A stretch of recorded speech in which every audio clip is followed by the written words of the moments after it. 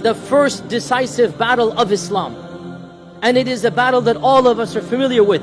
And it is the battle of Badr, which took place the very first Ramadan after the Hijrah.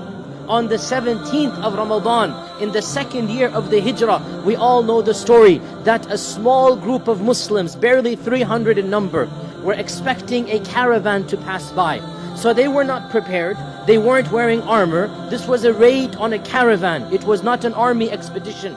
And raids and expeditions are two different things. And the Muslims were prepared to come in, take the caravan of Abu Sufyan, and then bring it back to Medina. And caravans are not guarded. Caravans do not have armies. Caravans do not have horses. Caravans do not have armors and weaponry. We all know the story. Abu Sufyan heard what happened. He changed his route. He sent for an army from Mecca. So 1,000 soldiers from the Quraysh marched forward. 1,000 armed men with hundreds of camels, hundreds of horses, with military equipment, hundreds of suits of armor. And the Muslims were now wondering what to do. Should we proceed? Should we go back? And the Prophet ﷺ gave that passionate speech that we all know, and the Sahaba were all riled up. And Sa'd ibn Mu'adh said, Ya Rasulullah, go forth, for by Allah, even if you take us into the ocean, we will go behind you. And this battle of Badr, the decisive victory that Allah calls Yawm al-Furqan, the day that truth won over falsehood, it took place on the 17th of Ramadan. On this day, the icons of kufr, every single major icon of kufr was either killed or died right after the Battle of Badr. And the Muslims barely had a scrape. Barely 2 or 3 people died, and the Quraysh had 73 prisoners of war taken to Medina.